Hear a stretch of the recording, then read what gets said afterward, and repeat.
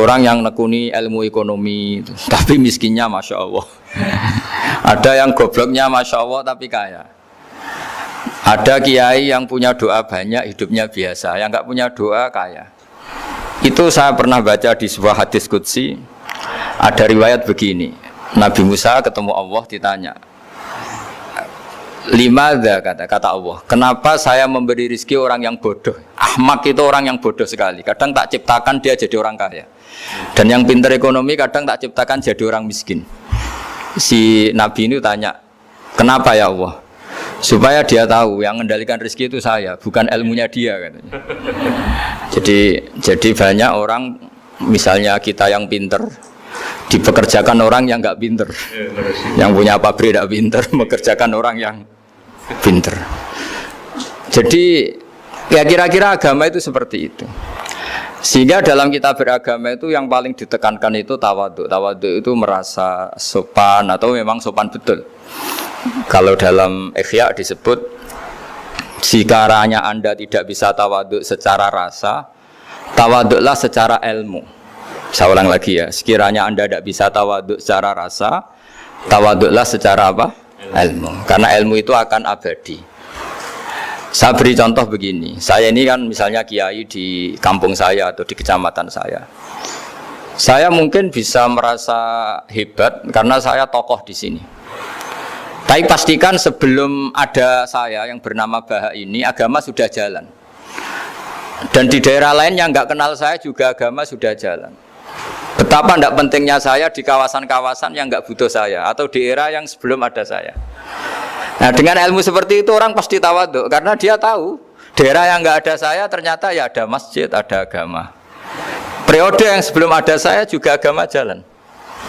Sehingga kita tidak kumo luhur, wah kalau nggak ada saya agama nggak jalan. Zaman Wali Songo tidak ada saya agama ya jalan. Ekonomi juga gitu.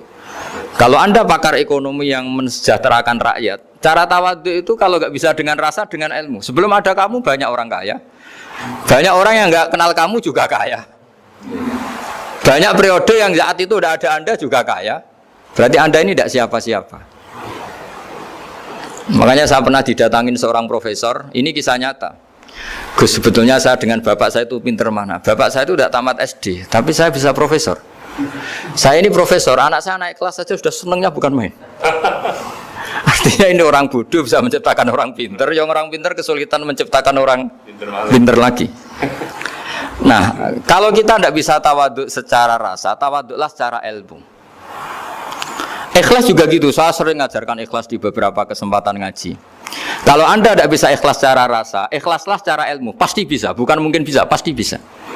Secara ilmu. Makanya di Quran disebut fa'lam annahu la ilaha illallah. Ilmu, fa'lam itu dari kata ilmu. Saya beri contoh, saya mulai kecil sampai sekarang saya sekitar umur 50 tahun. Mulai kecil sampai sekarang itu ya bilang kalau kertas ini putih.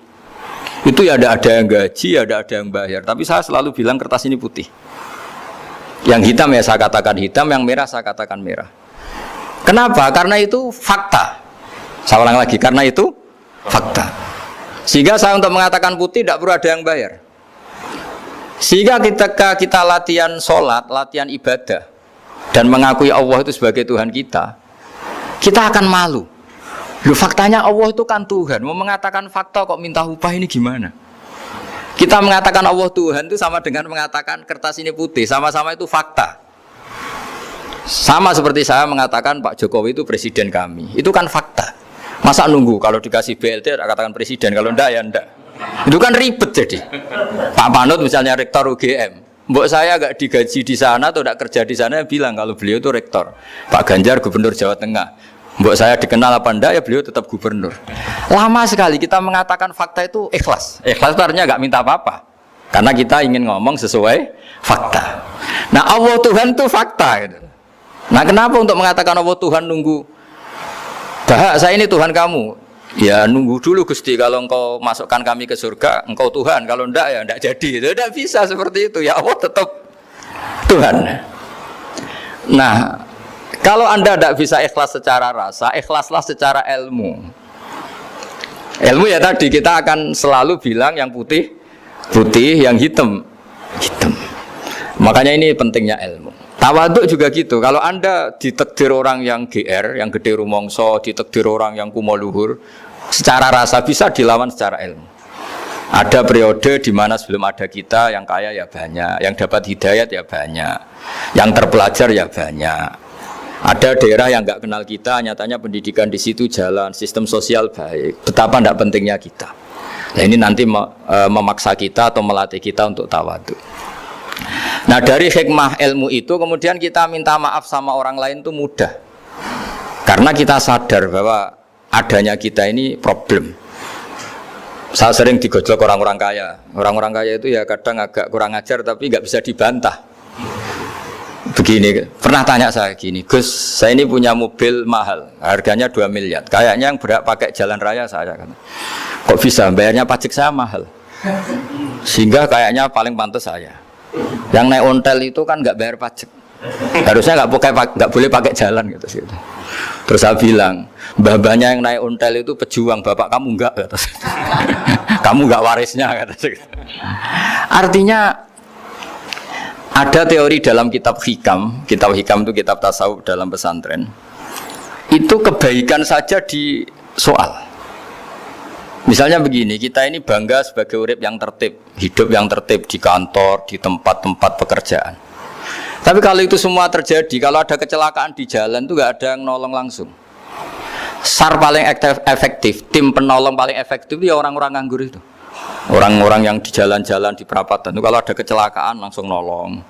Itu nanti ambulan itu yang kedua, ketiga, yang nolong pertama ya orang-orang yang nganggur-nganggur di jalan itu. Ada orang tersesat nolong. Maka ketika seorang sahabat tanya, ya Rasulullah kalau engkau melarang kita jagongan di jalan itu kita tidak bisa. Tapi kata Nabi, ya silahkan saja tapi adu haqqat thoriq, hak kamu di jalan itu datangkan. Apa itu? Ya kamu bisa amar ma'ruf nahi mungkar. Coba kalau di terminal, di tempat publik banyak orang yang soleh, itu nanti copet ya sungkan. Yang mau jambret ya sungkan, karena yang di situ orang-orang soleh. Nanti yang nggak sholat juga sungkan, karena yang di situ banyak yang sholat. Jadi kenyamanan orang pergi jauh di tempat-tempat sepi itu ya barokahnya orang-orang nganggur terus ngaji, wah nengkono masih rame, ada orang yang di perapatan, di pertigaan. Bayangkan kalau ini orang-orang soleh, pasti itu nyaman, karena wilayah publik dihuni orang-orang yang soleh. Tapi orang pasti bilang itu nggak tertib. Kita inginnya hidup ya tertib di kantor atau yang suka di masjid, di masjid. Tapi kalau itu terjadi, itu nggak ada tim SAR gratis yang setiap saat kalau ada orang kecelakaan nolong.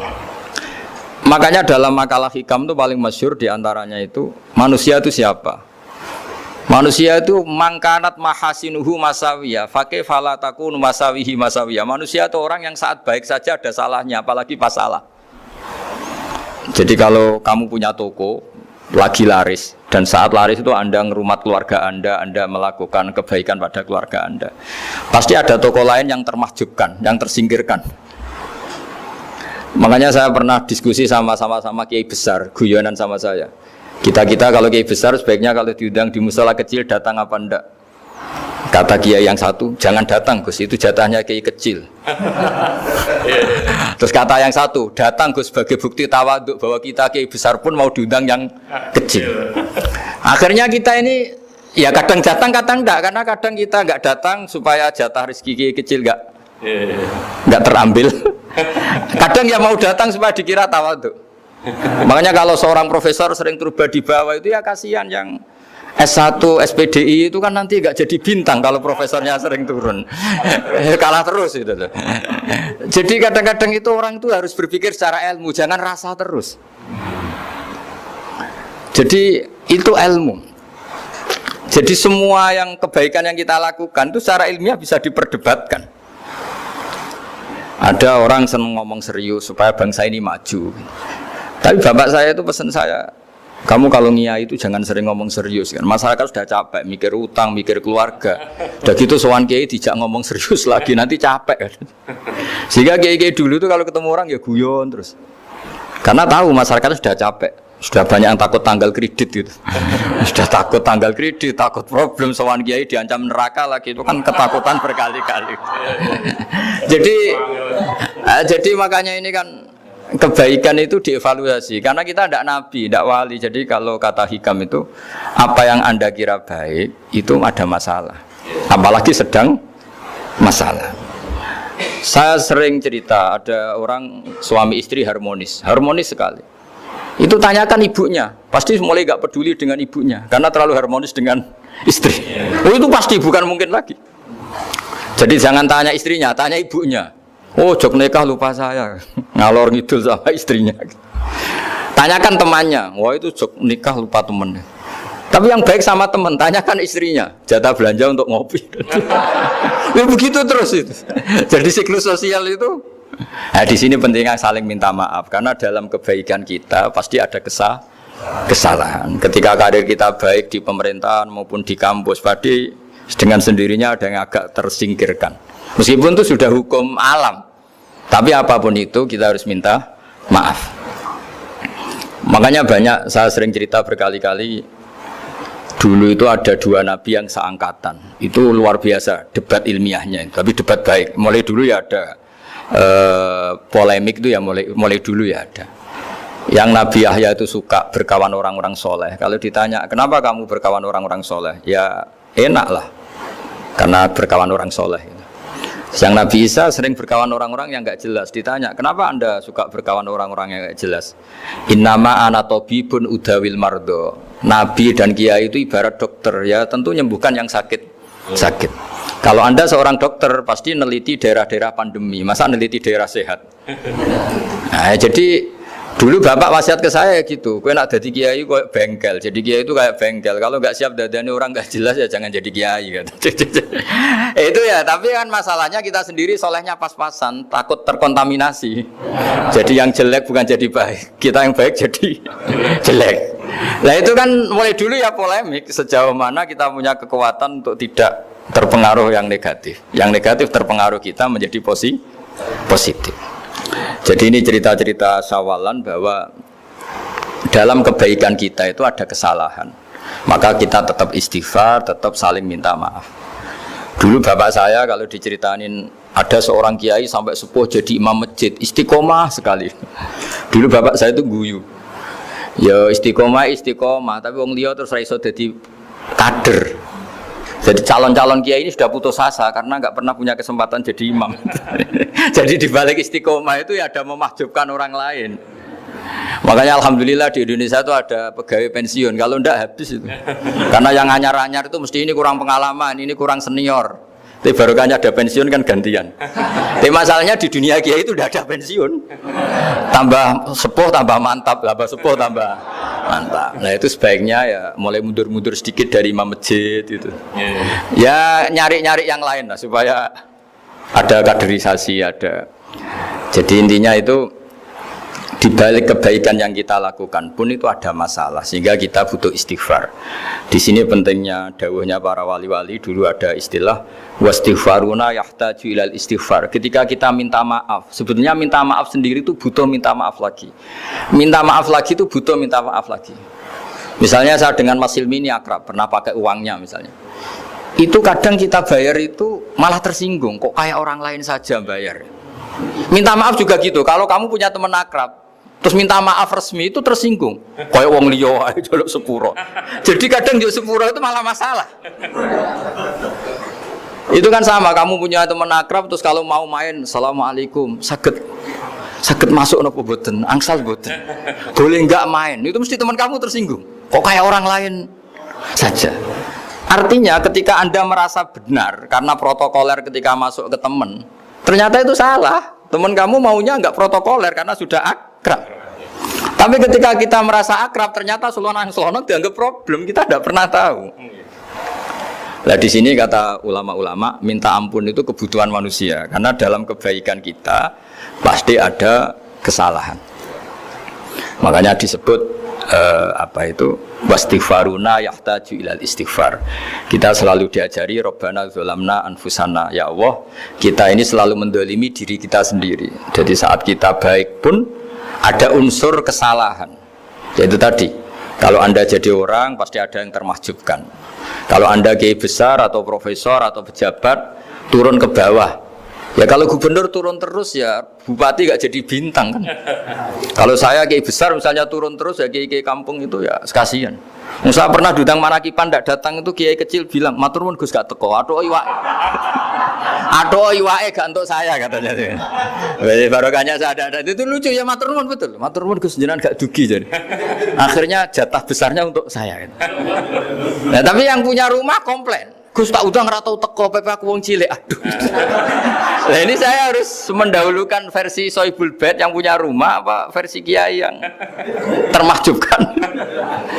Artinya pilihan apapun saya harus istighfar karena ada saja unsur salahnya.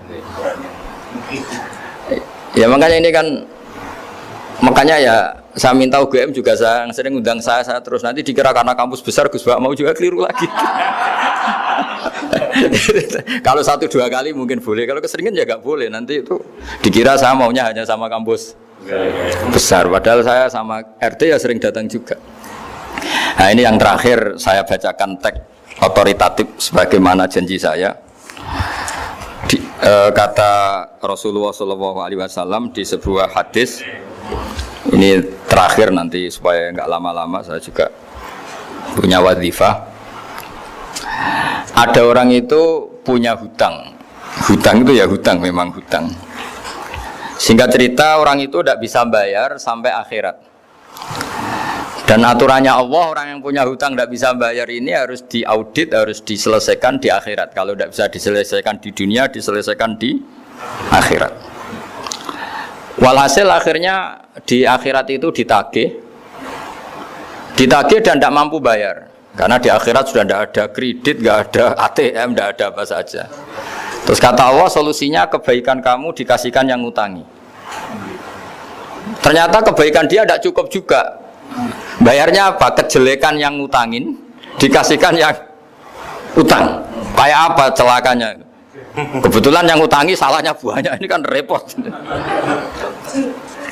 Tapi Allah itu tidak suka kalau ada orang mukmin yang satu saudara kemudian masuk neraka karena saudaranya ini. Kata Allah jika ini masuk neraka berarti disebabkan komplain atau ketidakikhlasan temannya yang mukmin. Masa orang mukmin menyebabkan mukmin yang lain masuk neraka? Allah tidak ingin. Makanya diantara nikmatnya beragama itu ukhuwah, persaudaraan. Baik persaudaraan atas nama iman atau atas nama kebangsaan atau atas nama kemanusiaan. Akhirnya si yang ngutangi ini tadi, jangan dibahasakan kreditur nanti kita kayak bank, yang ngutangin lah nanti. Ya bahasa gampangnya yang ngutangin, karena tidak semua orang ngutangnya sama bank. Sama Allah ditunjukkan satu surga yang luar biasa. Nanti tak baca teks Arabnya ya supaya dapat berkahnya bahasa Arab. Terus saking mewahnya surga itu si yang ngutangin tanya, ya Allah itu untuk nabi siapa? Karena semewah itu pasti untuk kelas nabi.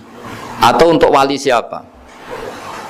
Katanya, terus kata Allah, sabda Allah, untuk siapapun yang mampu membeli. Lalu siapa yang bisa membeli surga semewah itu? Kamu bisa. Terus dengan apa ya Allah? Kamu mengampuni teman kamu itu, kamu bebaskan dari utangnya. Nanti tak kasih surga itu. Terus akhirnya sama Allah, kata orang itu, ya Allah saya bebaskan. Ya sudah kamu berdua masuk surga. Karena Allah tidak ingin ada kasus aneh. Dua orang mukmin ini kan bersaudara. Masa bersaudara kemudian yang satu menjadi penyebab masuknya neraka karena ini tidak mau memaafkan. Artinya kalau kita syawalan itu harus benar-benar mau memaafkan, karena kalau tidak Anda menjadi penyebab teman kamu masuk neraka. Jadi kita janganlah jadi orang mukmin yang menjadi problem bagi saudara kita. Jadi makanya saya itu berharap ada wali utang saya terus tidak bisa bayar, karena ini masih dibela-belain Allah ini. Karena Allah nggak ikhlas kalau ada walinya masuk neraka. Jadi kalau ada wali utang kamu itu utangin saja, doain nggak bisa nyaur, no? Nggak bisa bayar. Nanti ini akan dibela-belain Allah di akhirat. Karena wali ini nggak pantas masuk neraka. Ya, jadi kalau ada wali utang kamu mau bayar sudah, Anda tidak usah bayar, nanti di akhirat saja itu. Lah yang ribet kalau yang kamu utangin dia ahli neraka, kamu nagihnya disuruh masuk neraka. Nah, itu ribet itu. Sudah utang dia ahli neraka. Ya tak baca teksnya supaya ini ada di kitab Ihya halaman 197 juz 2. Status hadisnya waqala sahihul isnad, kata Imam Hakim hadis ini sahihul isnad. Saya baca Arabnya nanti insyaallah sebagian Ya supaya kelihatan teks aslinya di bab hukukul muslim. Bainama Rasulullah sallallahu alaihi wasallam jalisun izdhika hatta badat sanayahu. Nabi ketika santai-santai duduk tahu-tahu tertawa sampai gigi depannya itu kelihatan. Jadi tertawa sangat sampai gigi depannya kelihatan. Yang notabene beliau sering hanya senyum, kali ini tertawa betul sampai gigi depannya kelihatan. Faqala Umar radhiyallahu anhu ya Rasulullah bi abi anta wa ummi mal ladzi adhakaka. Apa yang bikin kau sampai tertawa seperti itu? Qala rajulani min ummati jasaya baina yaday rabbil izzah. Dua lelaki dari umatku sama-sama sungkeman nuntut keadilan di depan Allah. Jasaya itu sungkem, duduk bersimpuh itu kalau dalam bahasa Arab itu namanya jasiyah gitu. Faqala ahaduhuma ya rabbi khudli madlamati min hadza.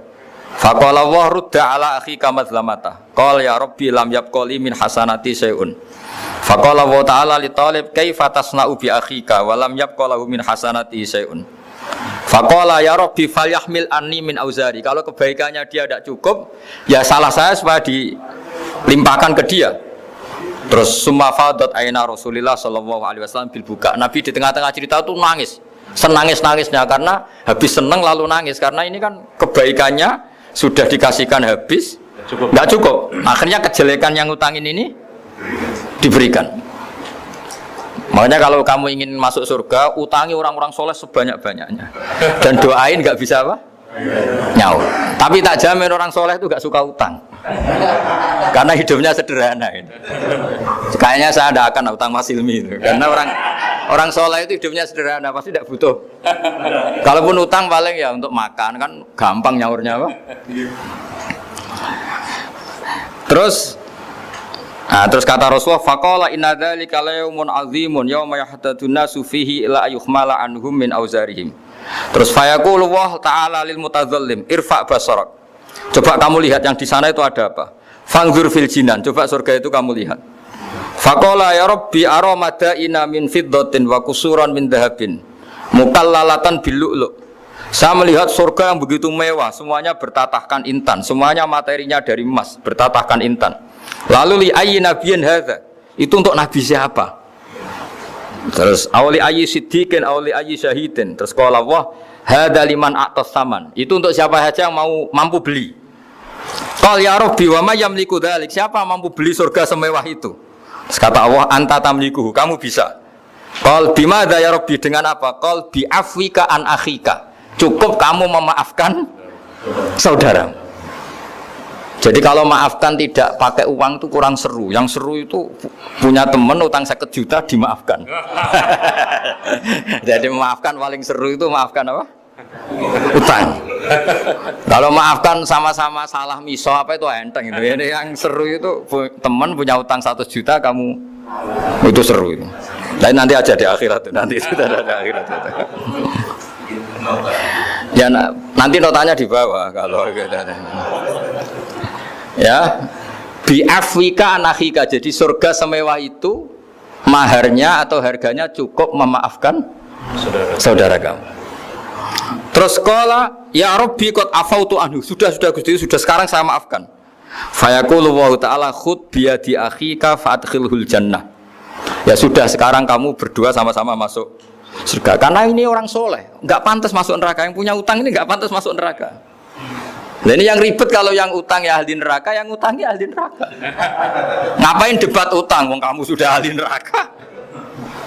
Hanya tanpa kasus utang pun sudah jatah neraka. Ini ribet kalau ketemu orang-orang yang jatahnya ada di surga. Tsumma qala sallallahu alaihi wasallam ittaqullaha wa aslihu dzata bainikum fa innallaha ta'ala yuslihu bainal mu'minin yaumal qiyamah.